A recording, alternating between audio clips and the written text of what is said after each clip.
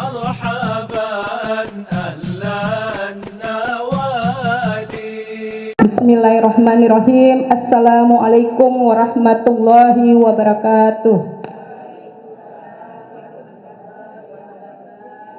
Bismillahi walhamdulillahi. Assalatu wassalamu ala rasulillahi wa ala alihi wa sahbihi wa mawalah. Puji syukur yang tidak putus-putusnya kita panjatkan kehadirat Allah Subhanahu wa ta'ala yang atas rahmat dan karunia-Nya sehingga kita masih merasakan nikmat kesehatan dan keselamatan, sehingga kita dapat berkumpul pada tempat yang berkah ini untuk merayakan peringatan Maulid Nabi kita yang tercinta Muhammad sallallahu alaihi wasallam yang diselenggarakan oleh Majelis Duka. Salawat serta salam semoga selalu tercurah kepada junjungan kita Nabiullah Muhammad sallallahu alaihi wasallam dan para keluarga, sahabat serta para pengikut setia beliau.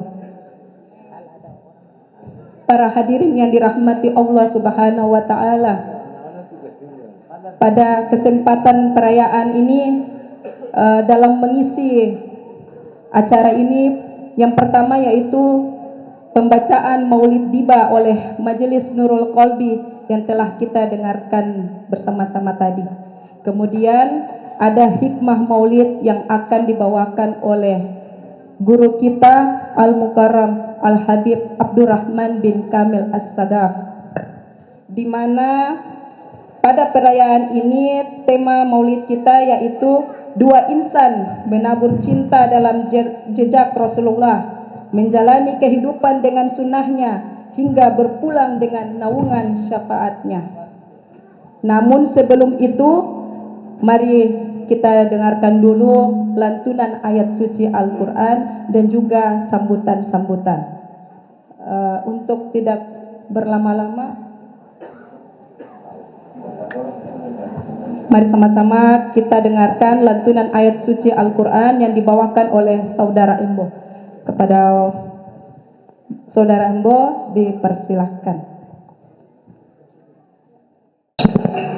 Assalamualaikum warahmatullahi wabarakatuh.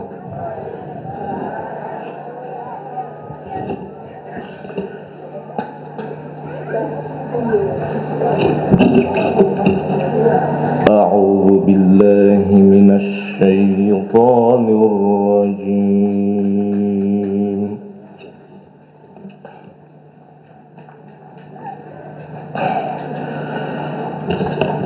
Bismillahirrahmanirrahim.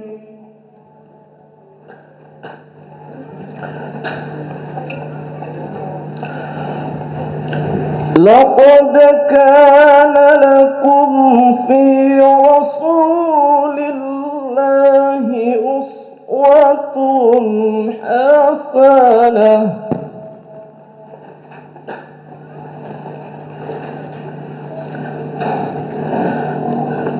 لمن كان يرجو الله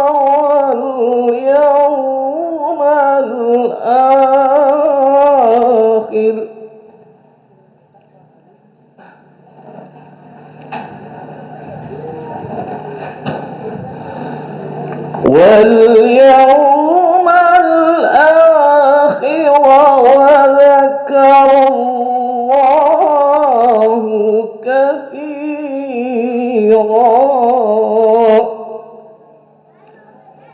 الله أكبر.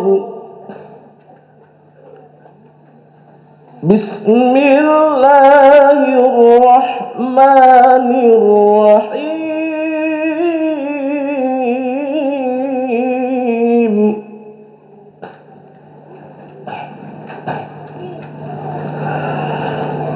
إن الله وملائكته يصلون على النبي النبي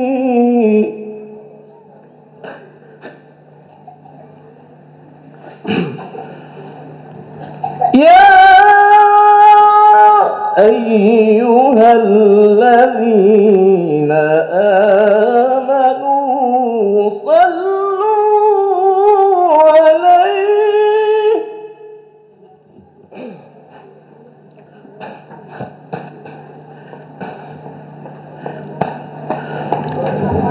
صلوا عليه وسلموا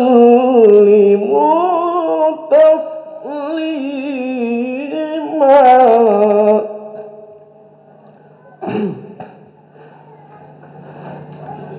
صلوا عليه وسلموا تسليما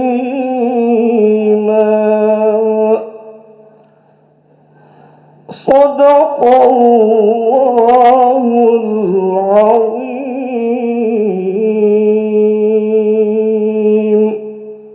والله المستعان والسلام عليكم ورحمة الله وبركاته.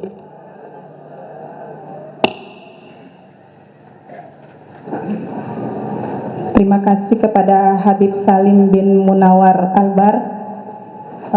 Selanjutnya kita melangkah pada acara selanjutnya, yaitu sambutan-sambutan. Yang pertama, sambutan Ketua Panitia Ibu Sulfia As-Sagaf. Kepada Ibu Sulfia dipersilahkan.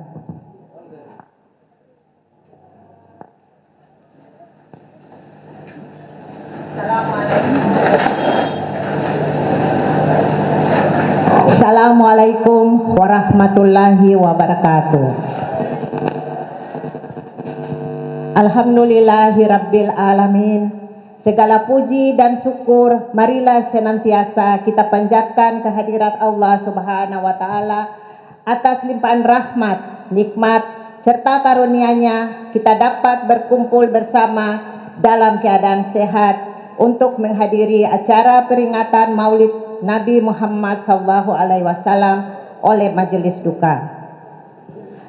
Salawat serta salam semoga senantiasa tercurah kepada junjungan kita Nabi Muhammad sallallahu alaihi wasallam, kepada keluarga beliau, para sahabat serta seluruh umatnya yang istiqomah mengikuti ajaran dan sunnah beliau hingga akhir zaman. Yang kami muliakan dan kami hormati Habib Abdurrahman bin Kamil As-Sagaf, yang kami hormati tokoh agama dan tokoh masyarakat, yang kami hormati keluarga besar Majelis Duka serta para tamu undangan. Hadirin yang berbahagia, pertama-tama atas nama panitia kami mengucapkan selamat datang dan terima kasih yang sebesar-besarnya kepada seluruh hadirin yang telah meluangkan waktu untuk hadir dan bersama-sama memeriahkan peringatan Maulid Nabi Muhammad SAW ini. Peringatan Maulid Nabi bukan sekadar kegiatan seremonial, tetapi menjadi momentum bagi kita untuk kembali mengingat perjuangan, akhlak, keteladanan dan kasih sayang Rasulullah sallallahu alaihi wasallam. Semoga dengan memperingati kelahiran beliau, kecintaan kita kepada Nabi Muhammad sallallahu alaihi wasallam semakin bertambah dan kita mampu menerapkan akhlak mulia beliau dalam kehidupan sehari-hari. Kami menyadari bahwa dalam pelaksanaan acara ini kami masih terdapat banyak kekurangan, baik dalam persiapan maupun penyelenggaraan. Oleh karena itu, kami atas nama panitia memohon maaf yang sebesar-besarnya apabila terdapat kekurangan, kesalahan ataupun hal-hal yang kurang berkenan di hati para hadirin. Kami juga menyampaikan terima kasih kepada seluruh pihak yang telah memberikan dukungan baik berupa tenaga, pikiran, waktu maupun materi, sehingga acara ini dapat terlaksana. Semoga segala bentuk bantuan dan kebaikan yang telah diberikan mendapatkan balasan pahala yang berlipat ganda dari Allah Subhanahu wa taala.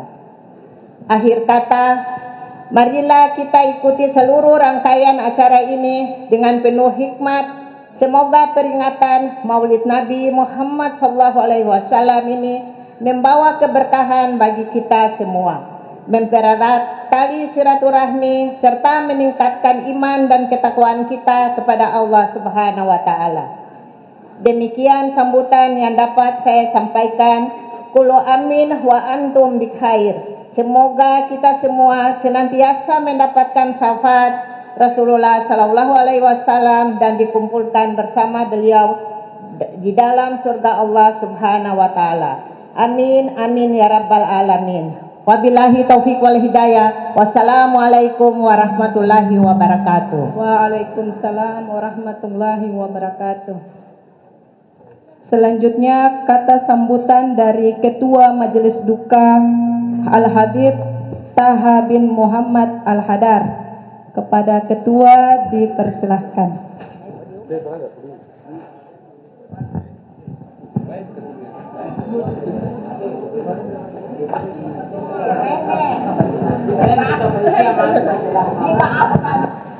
Ketua panitia mau gugup tadi nih. Maaf kalau ada enggak jelas. Maaf. Baik, Assalamualaikum warahmatullahi wabarakatuh. Alhamdulillah alamin, wassalatu wassalamu ala asrafil anbiya'i wal mursalin Sayyidina Muhammadin wa ala alihi wa sahbihi ajmain. Allahumma bihaqqi Fatimah wa amitna ala jali wa jumrati ma Muhammadin wa ala alihi wa sahbihi ajmain.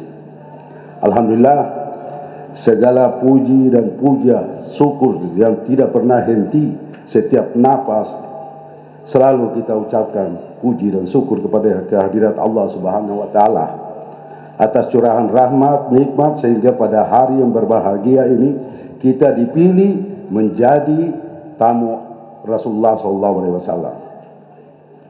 Tidak ada nikmat yang paling agung di muka bumi kecuali mencintai Rasulullah. Salawat dan salam tak lupa kita hanturkan kepada Habibullah Rasulullah SAW dan para keluarga dan para sahabat yang setia di jalannya. Bapak-bapak, ibu-ibu yang saya hormati, Habib Ali Albar, Habib Abdurrahman bin Kamil Asagaf. Alhamdulillah, beliau ini pernah duduk di sini yang pertama sekali majelis duka berjalan tahun pertama. Beliau juga bergabung dengan majelis duka. Beliau terhimpun di dalam anggota terhormat majelis duka. Saya bersyukur, itu anugerah. Bukan mau saya, bukan semua, karena Rasulullah, karena terpanggil. Dan para keluarga besar majelis duka, saya ucapkan terima kasih banyak atas tekad dan tujuan mulia yang kita sama-sama untuk membagi duka. Orang bingung ini nama majelis duka. Kenapa mesti di majelis duka? Padahal kita semua akan berduka. Kapan saja kita akan berduka? Baik, tidak membuang waktu, saya hanya menyampaikan 30 hal. Pasti bingung. Tapi saya kasih line kosong, tinggal 3. Supaya lebih jangan tegang. Baik, majelis duka adalah sebuah organisasi sosial yang hadir di tengah-tengah masyarakat dengan tujuan mulia. Kita setiap kalau ada keluarga yang jauh, kalau tiga meninggal, pasti kita cuma ucapkan inna lillahi wa inna ilaihi rajiun. Tetapi dengan adanya wadah ini, kotoran bisa sampai ada hadir di tengah keluarga yang berduka, walaupun jauh. Begitu. Jadi majelis duka ini, alhamdulillah, kecil, semakin hari semakin besar, dan semakin hari semakin banyak gelombang. Banyak gelombang yang kita hadapi. Tapi semua gelombang itu saya anggap rahmat. Abuya berpesan bahwa setiap kita berbuat kebajikan, itu musuh kita lebih banyak. Tanpa sadar. Kita punya musuh pasti musuh setan. Tapi setan jangan kita anggap setan sendiri. Setan itu bisa saja pada bangsa jin dan bangsa manusia. Itu juga termasuk. Nanti sedikit ulama yang menyampaikan kalau saya salah. Nah, pertama, bahwa majelis duka ini kita saling membagi duka. Bukan, jadi dalam saling membagi duka itu bukan cuma ucapan innalillahi wa inna ilaihi rajiun, tapi kita peduli. Kita peduli apa yang harus kita bantu di saat orang itu berduka. Ketika orang berduka pasti blank. Maka kami datang dengan adab, bukan mau dengan paksaan. Datang dengan adab. Kita datang kepada keluarga yang berduka, kita tanya apakah tidak keberatan. Kami dari majelis duka turut berduka dan akan memberikan kalau disetujui kain kafan sama papan panusa, dan ketika orang susah kita tambah dengan uang santunan. Begitu. Jadi jangan anggap bahwa majelis duka ini adalah hak milik orang susah. Tidak. Majelis duka ini milik anggota keluarga besar majelis duka. Jadi jangan salah ini dia. Nanti bilang, kenapa kau ini mesti dia? Kemudian yang berhak menerima itu satu, orang yang tidak mampu. Kemudian orang yang tinggal di kos-kosan yang keluarganya ini kami, bahkan orang yang musibah kemarin di Sasa itu, kotoran bingung, orang paling kasih pakaian, kasih dia. Kami datang dengan adab, bicara dengan imam di sana. Kalau tidak keberatan kami siapkan kain kafan dan beli mereka mensyukuri itu. Kami datang dengan kain kafan, gitu. Jadi jangan salah ini dia. Kadang-kala orang pikir ini majelis duka ini orang susah punya pun. Tidak. Majelis duka ini, dan yang kedua itu yang berhak menerima itu anggota keluarga besar majelis duka yang terhimpun dalam anggota itu dia. Dan anggota besar majelis duka itu ada dua, anggota tetap dan anggota tidak tetap, karena ada iuran sunat dan ada iuran wajib. Kita beribadah juga ada dua, wajib dan sunat.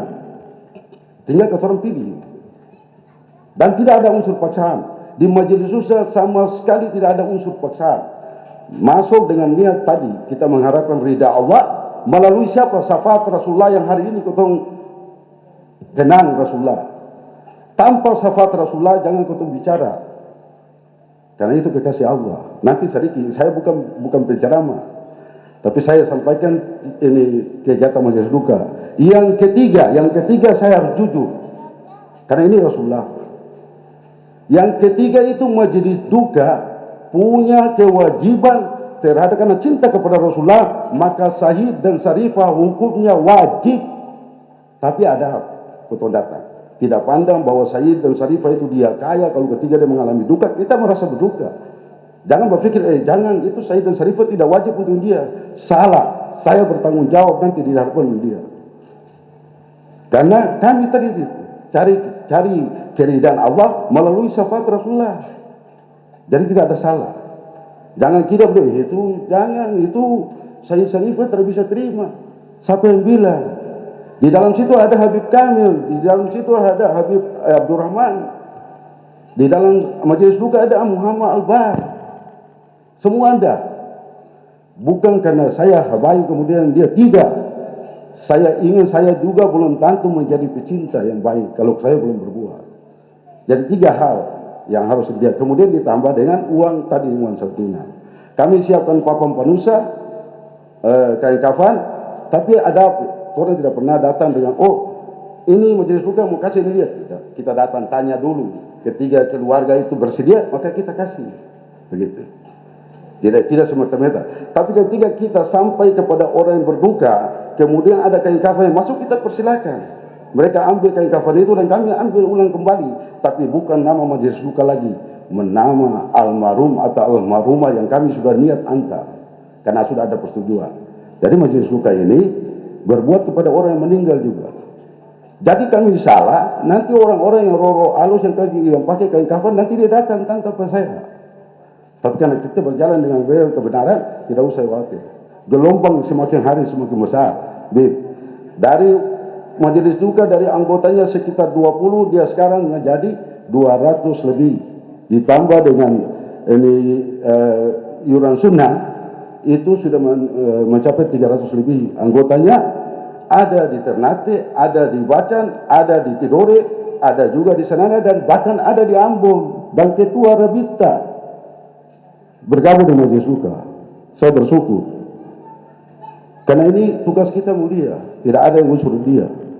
Dan ingat, di Majelis Duka itu untuk uang kain kafan dan papan banusa kita tidak pernah bikin ini, walaupun maulid kita tidak pernah ambil di situ ke bawah. Anggota dengan rela, dengan keikhlasan, dengan ketulusan, kita sama-sama mengharapkan ridha Allah melalui syafaat Rasulullah.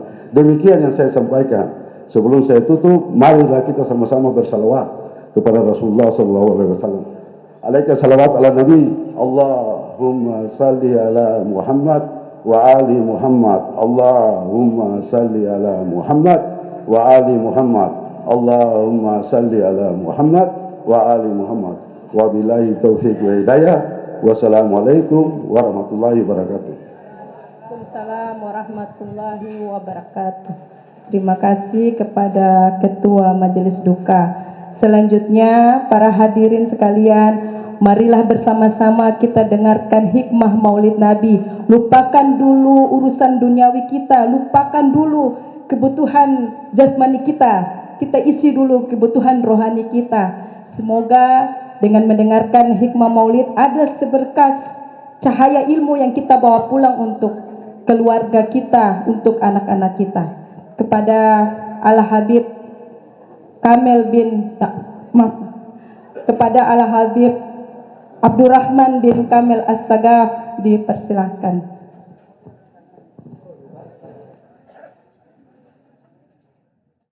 Assalamualaikum warahmatullahi wabarakatuh. Alhamdulillah wa kafa, wassalatu wassalam ala nabiyil mustafa wa ala alihi wa sahbihi ahli sidiki wal wafa, amma ba'du. Yang saya muliakan, saya hormati ya, Ketua Majelis Duka Al-Habib Toha Al-Haddar mata'anallahu ta'ala bituli hayatihi wa umrih. Yang saya muliakan seluruh anggota Majelis Duka, yang saya muliakan para habaib, para sesepuh, wal khusus Al-Habib Alwi bin Mahdar Al-Bar, Al-Habib Alwi bin Syekh Al-Bar. Ada juga Ketua Yayasan YPI Al-Habib Taufik As-Saqqaf, Yayasan Perguruan Islam. Kemudian seluruh para habaib, para asatiz, dan yang khususnya para tetamu, ibu-ibu yang insya Allah dimuliakan Allah Subhanahu wa ta'ala.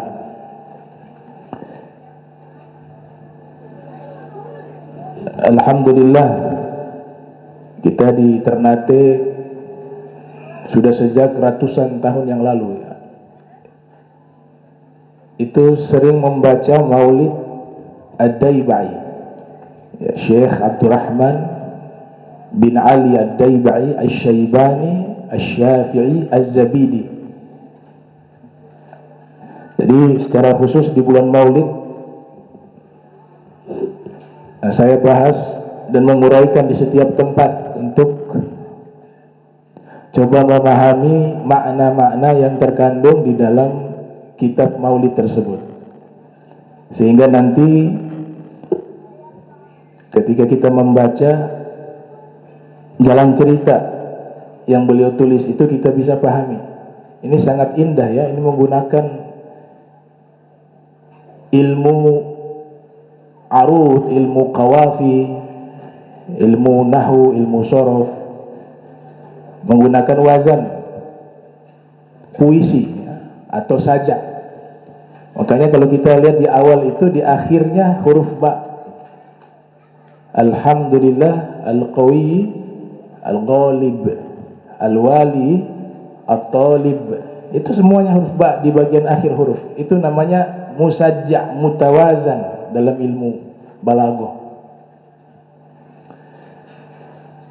Kemarin sempat dibahas, ada 3 hal yang ingin saya sampaikan kembali. Musannif menyatakan fasubhanahu, kemudian menyatakan min malikin aujada nura nabiyhi Muhammadin sallallahu alaihi wasallam min nuri qabla an yakhluqa Adam minat tini lazib, yang artinya Allah Ta'ala menciptakan nur Nabi Muhammad sallallahu alaihi wasallam dari nur yang istimewa, min nuri, ya, dari cahayanya Allah. Ini kita masuk sedikit di ilmu akidah.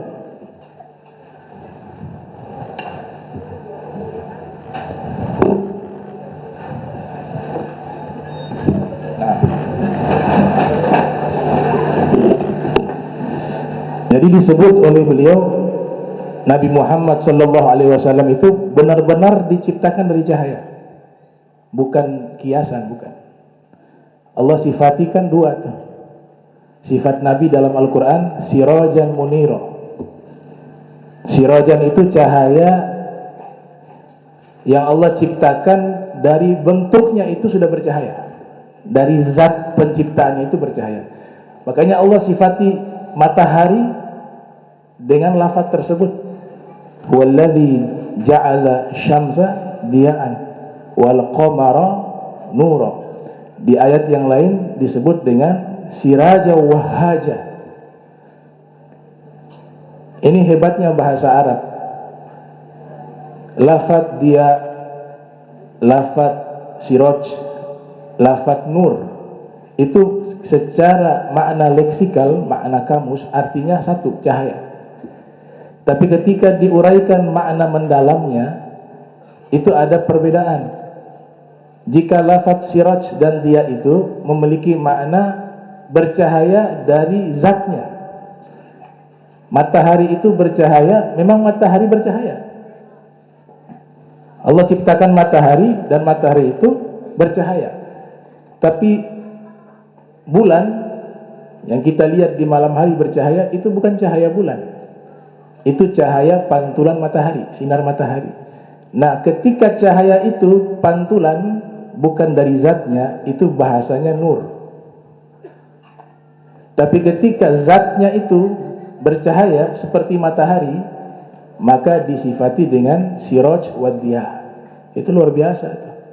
Di mana Allah menempatkan, ya, satu kata yang terbukti kebenarannya dengan ilmu pengetahuan modern saat ini, menyatakan bulan itu bercahaya bukan karena bulan itu bercahaya, tapi dari pantulan cahaya sinar matahari. Tapi matahari itulah cahaya sesungguhnya yang ada secara zat. Dan Allah Ta'ala sifati Nabi Muhammad SAW dengan 2 cahaya itu, sirajan munira. Sirajan, Nabi secara zat bercahaya karena penciptaannya dari cahaya yang khusus. Dan Nabi juga secara kias, secara majas, memberikan cahaya petunjuk kepada seluruh manusia. Jadi hissi wa ma'nawi, ya, cahaya konkret dan abstrak. Kemudian ada yang kedua, tadi poin pertama, poin kedua di situ kan disebutkan Nabi Adam diciptakan minatin al-lazib. Tin ini artinya lumpur, bisa juga tanah liat. Al-lazib yang menempel. Al-Imam Syekh Abdul Wahab Asy-Sya'rani menyatakan para nabi dan seluruh manusia ini asalnya dari tanah, karena Nabi Adam diciptakan dari tanah. Unsur tanah ada, unsur cahaya juga ada.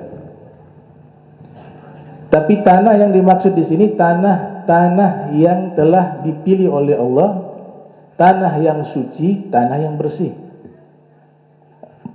Syekh Abdul Wahab Asy-Sya'rani menyatakan, tinatul anbiya qad taharahu Allah Ta'ala min sairir radha'il bisabiqil inayah.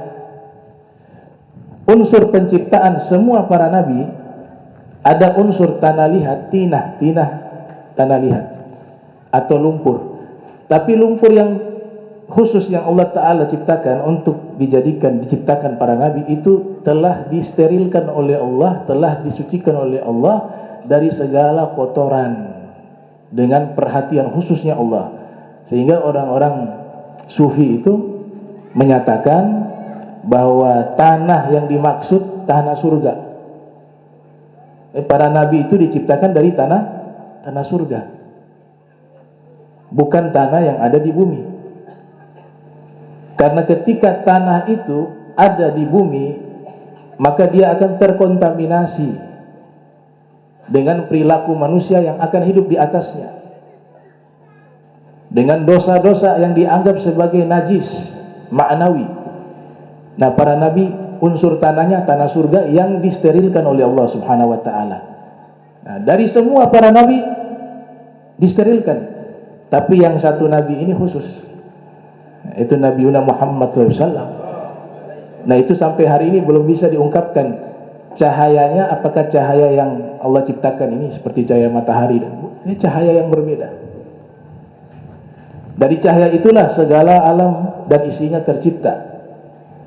Maka para ulama dari disiplin keilmuan tafsir dengan tariqah sufiyah menyatakan di surat Yasin, innama amruhu idza arada syai'a ay yaqula lahu kun fayakun. Allah Ta'ala jika menghendaki sesuatu, maka hanya dengan menyatakan jadilah, maka akan terjadi. Nah, jadilah di situ nur Nabi Muhammad. Kun di situ adalah nur Nabi Muhammad, karena sebab adanya nur Nabi Muhammad, maka fayakun, alam semesta ini ada karena tercipta dari percikan cahaya Nabi Muhammad SAW.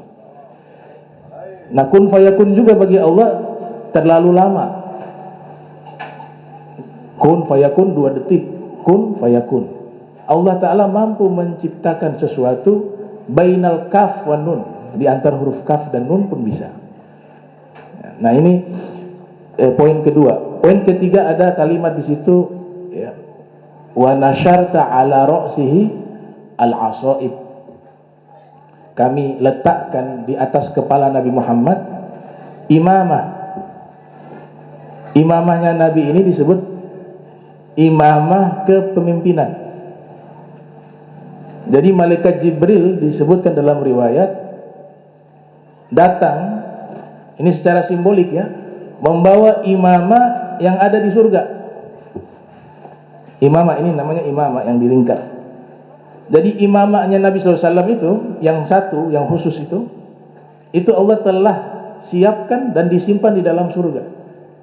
Pada satu waktu diperintahkan malaikat Jibril membawa imamah tersebut, diambil di dalam surga dengan kuasa Allah, kemudian dipakaikan imamah itu di kepala Nabi Muhammad SAW. Kemudian setelah itu Nabi lanjutkan, imamah itu dipakaikan di kepalanya Imam Ali bin Abi Thalib alaihissalam. Imam Ali melanjutkan memakaikan imamah tersebut di kepalanya Al-Imamul Hasan alaihissalam wal Imam Husain, dan seterusnya daripada para zuriyah, dari para imam-imam ahlul bait Nabi sallallahu alaihi wasallam. Itu imamahnya dari surga. Sampai sekarang belum tahu apakah hilang atau diangkat oleh malaikat, wallahu alam. Itu makna wa nasyartu ala ra'sihi al-asaib. Kemudian lanjutannya, yub'atsu min tihama baina yadi qiyamah. Nabi sallallahu alaihi wasallam diutus yub'atsu di negeri Tihama. Tihama ini kalau merujuk ke kamus Mu'jamul Buldan, ya, seorang ulama berasal dari negeri Syam bernama Syekh Yaqut Al-Hamawi itu menulis kitab Mu'jamul Buldan, kamus nama-nama kota. Di situ beliau katakan Tihama itu adalah seluruh wilayah semenanjung Arab yang berada di pesisir pantai. Jadi Tihama itu bukan hanya di Saudi Arabia, dia memanjang sampai ke negeri Yaman yang berada di pesisir pantai. Di masa lampau dinamakan Tihama, cuma terjemahan belakangan membatasi hanya kota Makkah. Nah, kota Makkah juga termasuk. Tapi makna aslinya Tihama itu seluruh wilayah Jazirah Arab yang berada di pesisir pantai, termasuk Yaman. Makanya jangan heran, ada riwayat Nabi mengatakan, ana nabiyun yamaniyun, saya ini Nabi Yaman. Kan diprotes tuh yang pembenci-pembenci Yaman tuh. Wah, ini merubah teks ini. Nabi asalnya dari Makkah, kok dibilang dari Yaman. Nah, ini karena tidak paham sejarah. Tihama itu adalah wilayah yang mencakup Yaman, mencakup kota Makkah juga. Maka Nabi mengatakan, ana nabiyun yamaniyun. Itu menunjukkan Nabi berada di wilayah pesisir pantai semenanjung Arab. Ada kitab kedua, karangan sejarawan asal kota Seun di Hadramaut, ya, Al-Habib Ubaidillah bin Abdurrahman kalau tidak salah, As-Saqaf, atau sebaliknya Habib Abdurrahman bin Ubaidillah, ya, antara namanya. Habib Ubaidillah bin Abdurrahman As-Saqaf punya kitab sejarah Idamul Qud fi Dzikri Buldanil Hadramaut. Beliau menyebutkan bahwa di Ka'bah itu kan ada namanya Rukun Yamani. Rukun Yamani itu karena posisinya itu sejajar dengan negeri Yaman. Dan Yaman itu berasal dari kata kanan, arah kanan. Nah, Nabi Shallallahu Alaihi Wasallam kalau dilihat, beliau itu lahir di kota Makkah, dan tempat tinggalnya Nabi, rumahnya Nabi itu satu arah dengan Rukun Yamani yang mengarah ke Yaman. Maka Nabi mengatakan, ana nabiyun yamaniyun. Nah, karena itu arah ke Yaman. Di sini menarik, kata Syekh Abdurrahman Ad-Daibai, mengkorelasikan Nabi diutus, yub'atsu, diutus dari negeri Tihama, baina yadail qiyamah, di hadapan, dilahirkan atau diutusnya Nabi itu di hadapannya hari kiamat. Apa makna daripada ucapan beliau? Karena tanda kiamat yang paling awal adalah diutusnya atau dilahirkannya Nabi Muhammad sallallahu alaihi wasallam. Jadi tanda kiamat yang paling pertama adalah lahirnya Nabi Muhammad sallallahu alaihi wasallam. Nabi pernah mengumpamakan di dalam hadis, bu'ithtu ana wasa'ah, diutusnya saya dan hari kiamat itu was-sababah, kata beliau, kahatain as-sababah wal wusta, itu bagaikan jari telunjuk dengan jari tengah. Nah, yang dimaksud di sini jari telunjuk tengah itu antara jarak lahirnya Nabi atau diutusnya Nabi dengan hari kiamat. Sedekat itu. Kita orang beriman gak usah takut dengan hari kiamat. Insya Allah kalau dikenal oleh Nabi, aman di hari kiamat. Nabi tidak mau umatnya ketakutan di hari kiamat. Nabi SAW memberikan jaminan, dan Allah Ta'ala sudah memberikan hak paten kepada Nabi di hari kiamat. Urusan umatmu saya serahkan kepadamu, kata Allah Ta'ala. Yang penting kita di dunia ini berusaha mencari perhatian Nabi Sallallahu Alaihi Wasallam sehingga kita dikenal oleh Nabi Sallallahu Alaihi Wasallam dengan cara mencintainya, mengikuti ajarannya, memuliakan beliau, beradab kepada beliau, memperbanyak membaca salawat dan salam kepada beliau Sallallahu Alaihi Wasallam. Ada satu orang datang menemui Imam Ali Ridho bin Musa Al-Kazim alaihi salam. Dia bertanya tafsir wa dzakara asma rabbi fa shalla. Ya, ayatnya wa dzakara asma rabbika fa shalla. Dan dia menyebut nama Tuhanmu lalu dia salat. Kata Imam Ali Ridho, sebelum saya menjawab tafsirannya, saya bertanya kembali kepadamu. Kira-kira makna ayat itu menurut kamu seperti apa? Maka orang tersebut menjawab, yang bertanya tadi, kalau pemahaman saya ketika mengingat Allah maka sholat. Kata Imam Ali Ridho alaihissalam, kalau seperti itu sangat sulit. Setiap kali ingat Allah sholat, sholat minimal 2 rakaat. Itu akan memberatkan, dan syariat Islam tidak pernah memberatkan kepada umatnya. Tapi jawaban yang benar dari ayat itu, manakala mengingat Allah, kau mengingat dan menyebut nama Allah, maka saat itu bersalawatlah kepada Nabi Muhammad SAW. Gak bisa dipisah dua nama tersebut.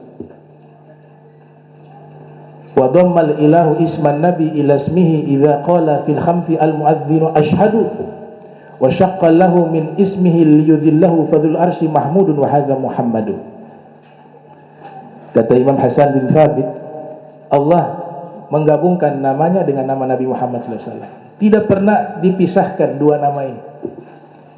Ketika muadzin melantunkan azan di salat 5 waktu, maka di situ menyebut nama Allah dan juga menyebut nama Nabi Muhammad sallallahu alaihi wasallam. Nah, dekatnya di sini kata Nabi, diutusnya saya dan hari kiamat ya sedekat 2 jari ini, jari tengah, sababah. Sababah itu artinya kurang bagus. Nabi itu gak suka nama yang memiliki kandungan arti yang tidak baik. Ini orang Arab dulu bilang sababah jadinya. Ya, ini dari asal kata mencaci, mencela. Karena biasa kalau bertengkar caci maki, nunjuk-nunjuk pakai jari ini. Kurang ajar kamu, ya. Itu pasti diiringi dengan cacian. Bertengkar, saya belum pernah lihat dalam bertengkar kurang ajar kamu, ya. Atau pakai jari, ya. Pasti jari ini yang menjadi isyarat. Maka dinamakan dengan sababa, sibabul muslim fusuk wa qitaluhu kufrun. Dalam hadis, mencela orang muslim kefasikan, membunuhnya adalah kekufuran. Rasulullah SAW tidak suka dengan nama yang memiliki arti yang tidak baik. Diganti oleh Nabi SAW, musabbihah. Dinamakan musabbihah, yaitu jari yang digunakan untuk bertasbih kepada Allah, untuk berzikir. Nah, kalau baca kalimat La ilaha illallah, kan isyaratnya begini. Nah, itu menjadi nama yang diganti oleh Nabi. Jangan sababah, tapi diganti dengan musabbihah, jari yang digunakan untuk bertasbih. Fi dhahrihi alamah, di punggung beliau ada tanda kenabian. Tuzilluhul ghamama tuti'uhu as-sahaib. Tanda kenabian Nabi diceritakan oleh para muhaddithun yang hakiki. Ini di sana digambarkan seperti telur puyuh. Ada yang mengatakan koin. Tanda kenabian di punggung beliau ada berbentuk koin. Tapi yang hakiki itu adalah ada bentuk sinaran cahaya di punggung beliau sallallahu alaihi wasallam. Itu menjadi tanda kenabian. Fi dhahrihi alamah tuzilluhul ghamamah. Beliau kalau berjalan di waktu siang, itu awan selalu menaungi. Sinar matahari itu tidak mengenai beliau sallallahu alaihi wasallam. Bahasa orang-orang ma'rifat mengatakan sebenarnya matahari malu dengan cahaya Nabi Muhammad sallallahu alaihi wasallam. Makanya meminta tolong awan untuk menghalangi sinar matahari untuk langsung menyinari Nabi Muhammad SAW. Matahari malu dengan cahaya Nabi. Dalam satu riwayat, ketika sinar matahari itu menyinari Nabi SAW, tidak ada cahaya, tidak ada bayangan. Manusia biasa umumnya kalau matahari menyinari ada bayangan. Nabi tidak ada bayangan. Kenapa? Karena cahaya menyinari cahaya. Cahaya menyinari cahaya. Anta syamsun, anta badrun, anta nurun fauqa nurin. Bahkan cahaya Nabi di atas cahaya matahari, di atas cahaya rembulan. Ya, matahari bisa bercahaya karena mengambil sepercik cahaya Nabi Muhammad SAW. Tuti'uhu sahaib, awan-awan taat kepada Nabi. Ada orang yang salah memahami, ketika kita mengatakan Profesor Dr. Said Muhammad bin Alwi Al-Maliki Al-Hasani dalam kitab Mafahim beliau itu menyebutkan dengan istilah Nabi ini disebut musarriful qaul. Musarriful qaul. Apa arti musarriful qaul? Nabi itu Allah Ta'ala berikan kekuasaan bisa mengatur alam semesta. Ada kelompok yang gak paham, ilmunya gak nyampe ke situ. Ini sudah mengkultuskan. Syed Maliki menyimpang. Nauzubillah min dzalik. Kenapa? Yang mengatur alam Allah. Kok sudah berpindah Nabi yang mengatur alam? Jangan buru-buru menyalahkan dulu. Ada malaikat Allah kasih tugas yang cabut nyawa. Hakikatnya yang mencabut nyawa siapa? Malaikat apa Allah? Allah. Ada malaikat tugasnya menurunkan hujan. Yang menurunkan hujan secara hakiki adalah Allah. Kenapa gak bilang malaikat ini dikultuskan? Bahkan ada malaikat tugasnya membawa rizki. Ada malaikat tugasnya nanti dengan meniup sangkakala alam semesta hancur. Allah Ta'ala berkuasa tanpa membutuhkan makhluk manapun. Tapi Allah juga punya kehendak memberikan tugas ke siapa yang ia pilih. Dan Nabi Muhammad SAW itu musarriful qaul, maka tidak akan salah dalam akidah. Yang bermasalah yang menuduh, yang tidak faham. Malaikat dikasih tugas itu, gak pernah dibilang mengkultuskan malaikat. Tidak mengatakan itu menyimpang dari akidah. Dan Nabi Muhammad sallallahu alaihi wasallam kemuliaannya di atas malaikat. Jauh. Malaikat bisa tasbih kepada Allah karena diajarkan oleh nur Nabi Muhammad sallallahu alaihi wasallam. Kuntu nura baina yadayillah qabla yakhluqa Adam bi alfi am. Yusabbihu Allah Ta'ala dzalika nuru wa tusabbihul malaikatu bitasbihih. Saya adalah cahaya di hadapan Allah, kata Nabi SAW, sebelum segala sesuatu diciptakan. Bahkan 2000 tahun sebelum diciptakan Nabi Adam. Fir riwayah 14.000 tahun. Dan cahaya tersebut sujud kepada Allah dan bertasbih kepada Allah. Dan cahaya tersebut mengajarkan kepada seluruh malaikat juga untuk bertasbih dan sujud kepada Allah Subhanahu wa Ta'ala. Jadi semua malaikat itu muridnya Nabi Muhammad SAW. Dari Nabi musarriful qaul, mengatur alam, itu sudah Allah pilih, Allah kasih. Banyak riwayat menyebutkan hal itu. Sayyidina Ali bin Abi Thalib alaihi salam diceritakan dan diriwayatkan oleh Al-Qadi Syekh Yusuf An-Nabhani di dalam kitab beliau Hujjatullah, ilmu yang membahas dalail an-nubuwah, mukjizat Nabi. Mukjizat Nabi itu paling banyak, ibu-ibu. Akthar min alfai mu'jizah. Kata Al-Imam Ibn Taimiyah, mukjizatnya Nabi itu lebih daripada 2000 mukjizat. Akthar 2000, lebih dari 2000 mukjizat. Al-Imam Ali bin Abi Thalib waktu itu sedang duduk di rumahnya atau di satu tempat. Nabi SAW datang. Pada waktu itu waktu asar. Imam Ali waktu itu belum sempat sholat. Jadi mereka sedang ada di luar kota Madinah. Ya, kalau di kota Madinah pasti sholat di masjid. Nabi ini lagi safar. Ketika Nabi datang, Nabi minta izin, saya bisa tidur di atas pangkuanmu, wahai Imam Ali. Oh, kehormatan luar biasa. Sallallahu alaihi wasallam. Nabi meletakkan kepalanya di atas pangkuan Imam Ali. Imam Ali mempersilahkan, dan ini satu kehormatan. Ternyata Nabi tertidur. Imam Ali belum sempat melaksanakan sholat asar.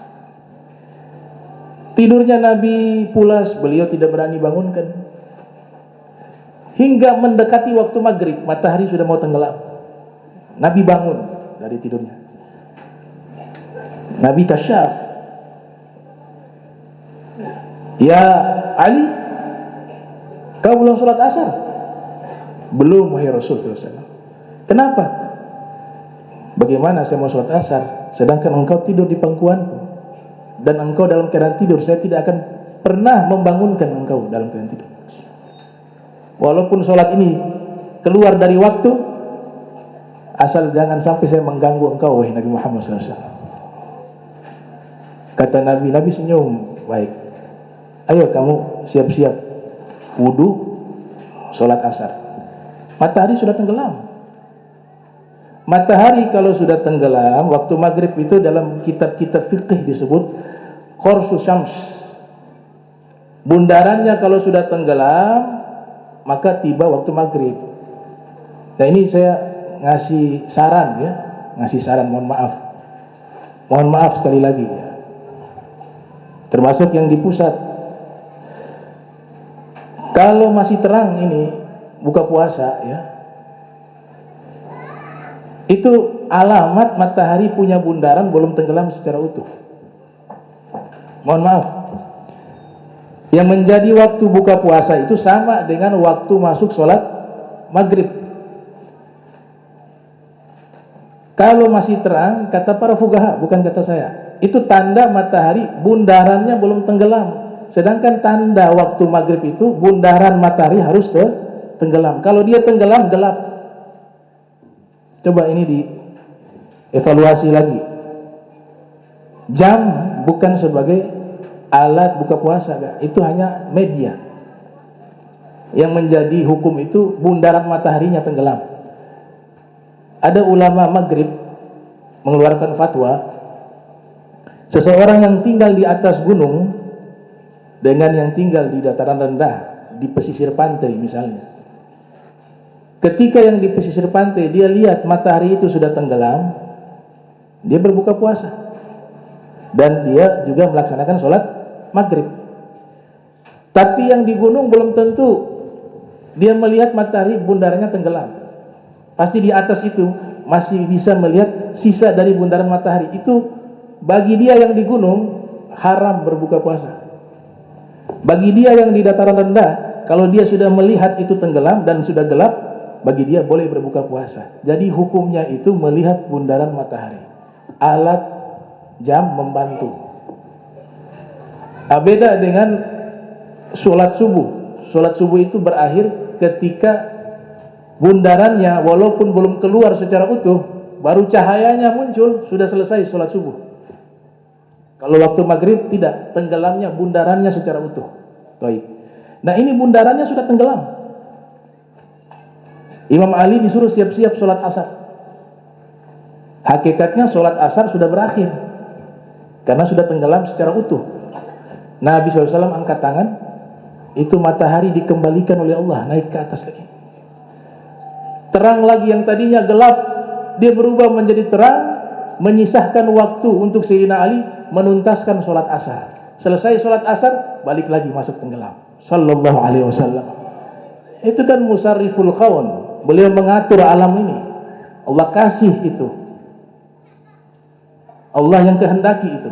Kalau Allah berkehendak, gak ada satupun yang bisa menghalanginya. Masya Allahu kan wa ma lam yasha' lam yakun. Apa yang Allah kehendaki pasti terjadi. Jika Allah tidak berkehendak, tidak akan mungkin terjadi.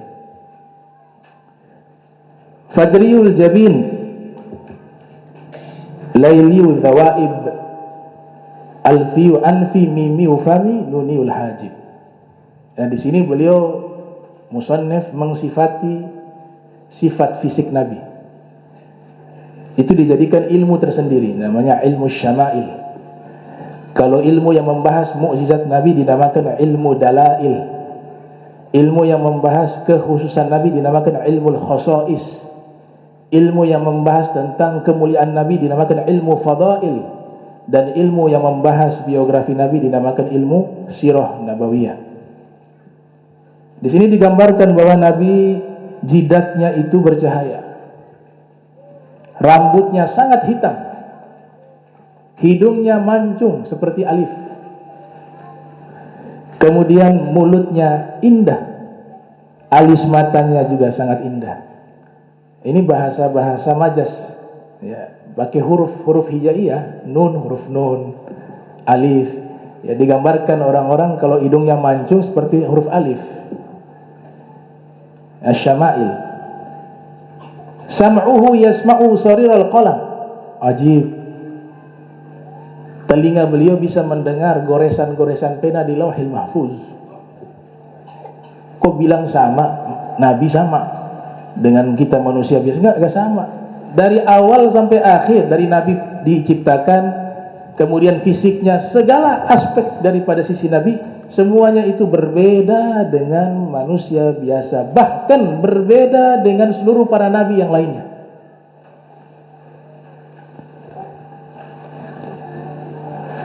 Jadi di Lauhil Mahfuz ada satu pena, di surat Al-Alaq disebut di situ, Allamahu bil qalam. Al-Imam Qurtubi, ulama asal Spanyol, kelahiran tahun 600 Hijriah, wafat 670 atau 671 Hijriah, dalam kitab tafsir beliau, itu mengatakan qalam ini Allah ciptakan, kemudian dengan otomatis dia mencatat semua takdir-takdir makhluk. Innallaha ta'ala kataba maqadir al-khalaiqi qabla an yakhluqa as-samawat wal ard bi 50 alf sana. Allah Subhanahu wa taala telah menciptakan sebuah pena, yang pena ini menulis seluruh takdir dan ketetapan seluruh makhluk 50.000 tahun sebelum Allah ciptakan langit dan bumi. Itu telinga Nabi bisa mendengar itu. Sarirul qalam. Basaru ila sab'i tibab thaqib. Dan mata beliau bisa melihat hingga tembus ke langit ketujuh. Wa fir riwayah, melihat sampai tembus ke arsy.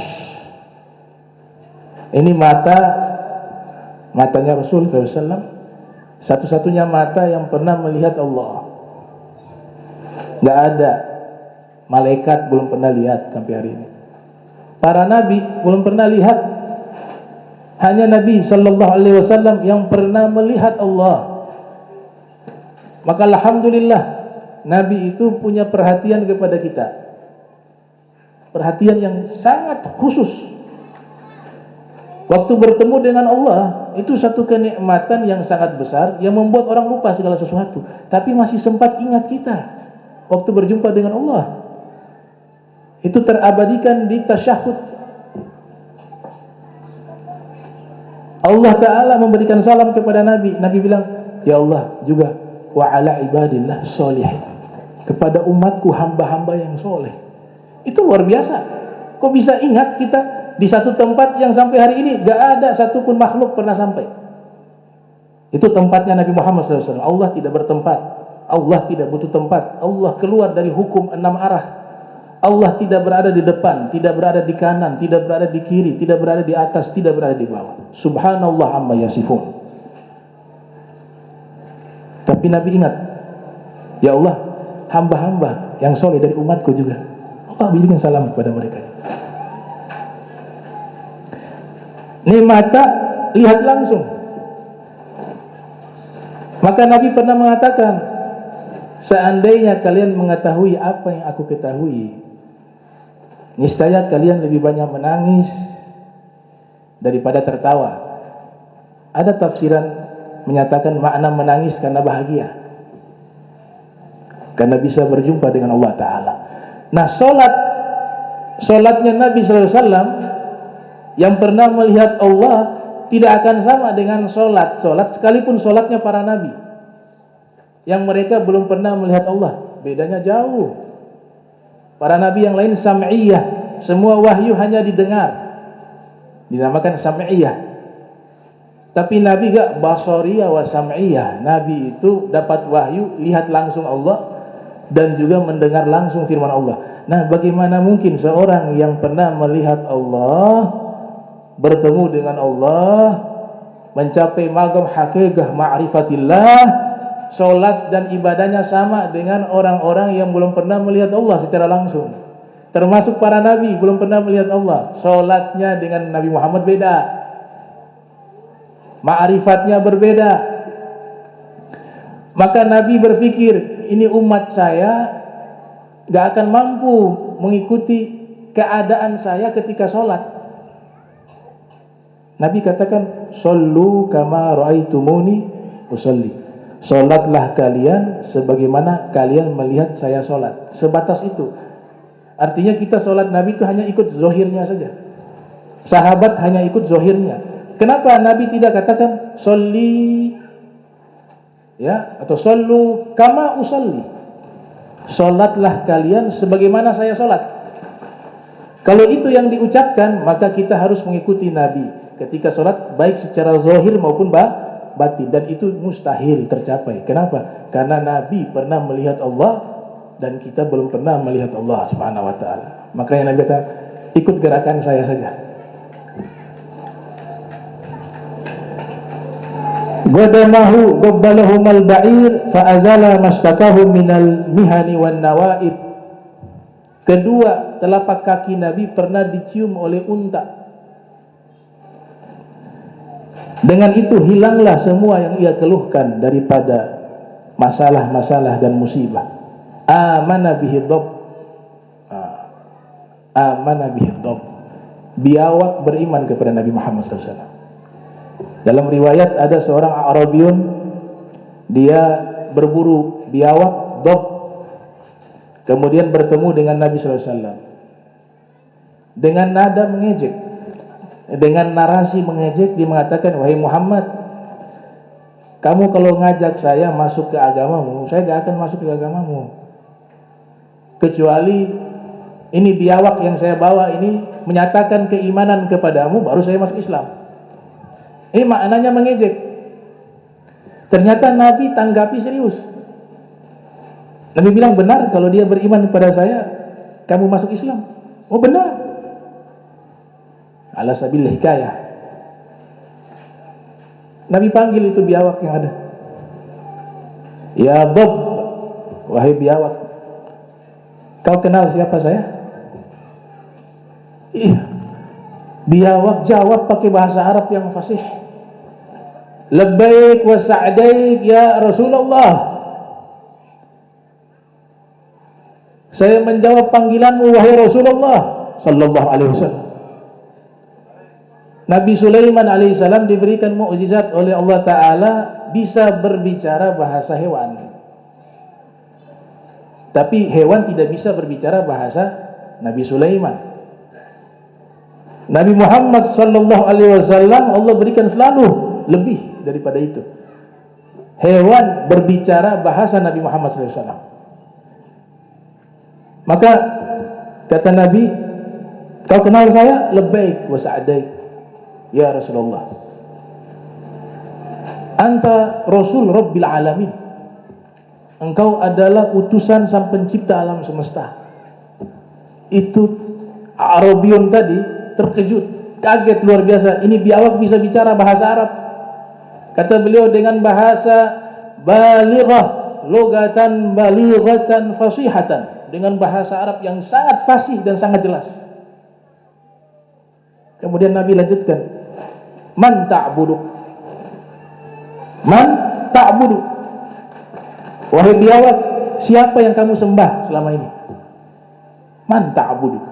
Dijawab oleh biawak, alladzi fis samai arshuh wa fil ardi sultanuh wa fil bahri sabiluh wa fil jannah rahmatuh wa fil nar iqabuh.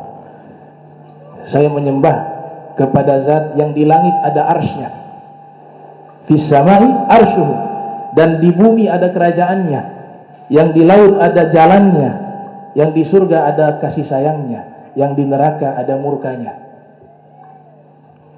Akhirnya orang Arab yang mengatakan asyhadu alla ilaha illallah wa asyhadu anna Muhammadar Rasulullah, masuk Islam.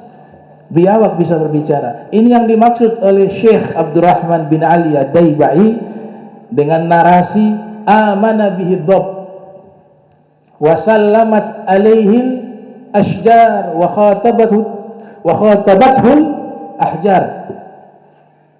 Pohon-pohon memberikan salam kepada Nabi sallallahu alaihi wasallam. Ada satu tempat di kota Makkah dinamakan Ziqaqul Hajar, gang hajar, gang batu. Kenapa dinamakan gang batu? Di situ ada batu juga, ada pohon juga pada waktu itu. Karena setiap kali An-Nabi sallallahu alaihi wasallam melewati jalan tersebut, gang tersebut, pohon dan bebatuan mengucapkan salam kepada Nabi Muhammad SAW. Assalamualaikum ya Rasulullah. Pernah Nabi mengajak Imam Ali bin Abi Thalib melewati gang tersebut. Kemudian pohon dan batu mengucapkan salam kepada Nabi SAW. Nabi bertanya kepada Imam Ali, kau mendengar itu wahai Ali? Naam ya Rasulullah. Sami'tu. Wahai Rasulullah, saya mendengar salam dari pohon dan bebatuan tersebut. Sallallahu alaihi wasallam. Wa hanna ilaihi al-jiz'u hanina hazinin najib. Batang kurma itu menangis bersedih karena berpisah dengan Nabi Muhammad SAW. Nabi ketika berkhutbah di masjid beliau di masa itu bertumpuh kepada satu batang kurma. Tapi karena batang kurma ini sudah mulai lapuk, ada salah satu sahabat profesinya tukang kayu meminta izin kepada Nabi untuk dibuat mimbar menggantikan posisi batang kurma tersebut. Nabi tidak pernah menolak ketika ada yang memberikan hadiah. Nabi terima. Dibuatlah itu mimbar, batang kurma yang lapuk tadi dilepaskan, kemudian dibuang agak jauh dari masjid beliau. Nabi berkhutbah di atas mimbar baru tersebut. Di tengah-tengah khutbahnya terdengar suara tangisan. Para muhaddithun meriwayatkan saking keras tangisannya itu sehingga debu-debu yang ada di atap masjid yang terbuat dari pelepah kurma itu, atapnya, itu berjatuhan hingga menimpa bahunya para sahabat. Makin lama makin keras suara itu, sehingga para sahabat yang ada di masjid itu menoleh ke kanan ke kiri ingin mencari tahu sumber suaranya dari mana. Tapi tidak ditemukan ada orang yang menangis. Hingga dikatakan tangisannya seperti suara unta betina yang kehilangan anaknya. Nabi faham, ini suara sumbernya dari batang kurma itu. Nabi turun dari mimbar menghampiri batang kurma tersebut. Para sahabat menoleh ke belakang melihat. Nabi SAW mengangkat batang kurma itu dan terlihat seperti sedang ada dialog. Suaranya yang keras tadi perlahan mulai menurun hingga hilang. Tangisannya hilang. Kemudian Nabi menggali dan tanam di tempat itu. Nabi kembali ke masjid dan mengatakan kepada para sahabat, kalian tahu suara tangisan siapa tadi? Mereka mengatakan Allah wa Rasuluhu a'lam. Allah dan Rasul lebih tahu. Nabi mengatakan itu tangisan batang kurma. Dia menangis karena sedih berpisah denganku. Yang biasanya saya jadikan ia sebagai tempat sandaranku, tapi hari ini saya pisahkan dia denganku. Kesedihan itu berpisah denganku yang membuat dia menangis. Laulam ahtadinhu labakiya hakadha ila yaumil qiyamah. Dan seandainya saya tidak membujuk dia tadi, maka dia akan terus menangis seperti ini sampai hari kiamat. Kata Imam Hasan Basri, wahai umat Nabi Muhammad, coba lihat batang kurma, benda mati. Allah tidak ciptakan hati, dia gak bisa merasa yang namanya cinta dan rindu. Tapi dia bisa menangisi karena sebab berpisah dengan Nabi Muhammad SAW. Maka bagaimana kita yang sudah Allah pilih menjadi umat Nabi Muhammad SAW dan menjadikan kita sebagai manusia yang Allah ciptakan rasa, hati, perasaan, cinta, rindu, kok kita tidak bisa merindu dan mencintai Nabi kita Muhammad sallallahu alaihi wasallam?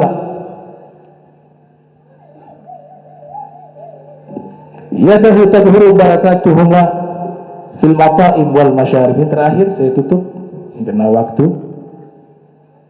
Kata beliau Syekh Abdurrahman Ad-Daibai, tangan Nabi, kedua tangan Nabi, yadahu tadhharu barakatuhuma fil mata'im wal masyarib. Kalau diletakkan di makanan, disentuh itu makanan, disentuh itu minuman, menjadi berkah. Ada sahabat Sayyidina Jabir, ya, ini peristiwa perang Khandaq, menggali parit. Nah, dia melihat Nabi SAW, mungkin menurut beliau Nabi belum makan. Kemudian Nabi juga turun ikut kerja menggali parit. Pulang ke rumah, tanya ke istrinya, ada makanan? Kenapa? Saya ingin undang Nabi makan. Kayaknya Nabi belum makan. Itu bahasa syariat ya. Kalau bahasa hakikat, Nabi itu sudah Allah kasih makan. ikat batu di perut simbolik aja. Bisa itu minta diantar. Ya Sayyidah Fatimah dalam tafsir Zamakhsyari, setiap waktu ada orang mengetok pintu belakang rumahnya. Dibuka pintu, pakaian putih, wajah bercahaya, membawa satu nampan isinya makanan. Dibuka makanan itu, gak ada satupun makanan yang ada di dunia seperti itu. Kata Nabi, segala puji bagi Allah yang telah memberikan rizki kepadamu.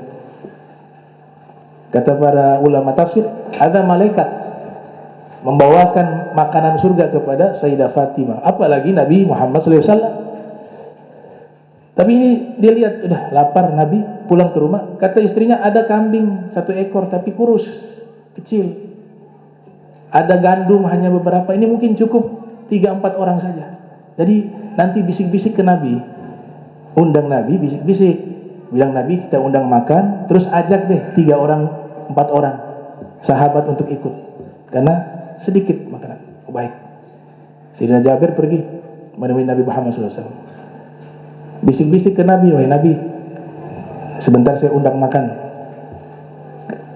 siang. Nah ini nanti bisa diundang 3-4 orang untuk ikut. Kata Nabi, ada makanan di sana? Ada. Bilang ke istrimu, selesai masak jangan dibuka pancinya sebelum saya datang. Oh baik Nabi. Wafir riwayah, belum sempat ia pulang, Nabi sudah berdiri di atas satu tempat tinggi, memberikan pengumuman di hadapan seluruh sahabat yang ada, yang jumlahnya itu ribuan, bahkan ada yang mengatakan puluhan ribu. Kata Nabi, wahai sahabat-sahabatku, Jabir mengundang makan di rumahnya. Dia bilang, inna lillahi wa inna ilaihi raji'un. Ini 4 orang dipanggil satu kota Madinah. Lari dia, beliau lari menuju ke rumahnya, ketemu istrinya. Wahai istriku, kenapa kamu pucat, panik begini? Gimana gak panik? Nabi undang satu sahabat semua yang ada di kota Madinah datang makan. Istrinya pandai, kamu sudah cerita makanan ini sedikit, hanya bisa untuk 3-4 orang. Sudah cerita. Sudah, kalau begitu Nabi sudah tahu, berarti aman deh. Aman, kalau Nabi sudah tahu, aman. Tak usah takut. Di depan rumah sudah berkumpul orang-orang, ribuan. Rumahnya tuh sekarang dijadikan masjid. Saksi sejarah mukjizat Nabi SAW itu dijadikan masjid, masih bisa untuk dikunjungi di kota Madinah. Ya, masjidnya Jabir, Sayyidina Jabir. Itu rumahnya dulu, rumahnya. Nabi masuk terlebih dahulu, mana makanannya ditunjukkan. Udah, beliaunya sentuh. Kalau beliau gak usah baca doa juga, sentuh aja sudah. Kalau kita doa panjang lebar gak ada reaksi. Iya. Beliau sentuh aja. Panggil masuk antri, gantian. Masuk. Semuanya kenyang. Bahkan masih ada sisa untuk tuan rumah. Dan lebihnya dibagikan ke tetangga, kata Nabi Muhammad SAW. Nah, ini berkahnya Rasul Sallallahu Alaihi Wasallam. Ya, insyaallah Allah Ta'ala berikan kita mahabbah, kecintaan kepada Nabi Sallallahu Alaihi Wasallam, dan mudah-mudahan cinta kita dibalas oleh Nabi Sallallahu Alaihi Wasallam. Allahumma jam'ana hadza marhuma wa tafarraqna tafarruqan ma'suma wa la tajal minna wa la minna sakila mahruma. Subhanaka bihamdika asyhadu astaghfiruka wa atubu ilaihi. Wa sallallahu alaihi Muhammadin wa ala alihi wa sahbihi wa barik wa sallam. Wa lakum minkum wassalamu alaikum warahmatullahi wabarakatuh.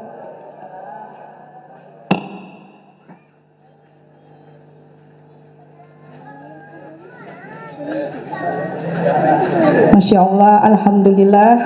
Terima kasih kepada guru kami Al-Habib Abdurrahman bin Kamil As-Sagaf yang telah bersedia untuk memenuhi undangan kami di tengah kesibukannya, sehingga bisa memberikan kita ilmu, membagikan kita ilmu pada perayaan Maulid hari ini.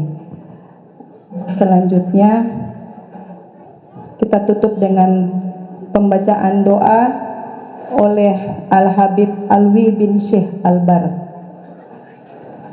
Kepada Al-Habib Alwi dipersilahkan.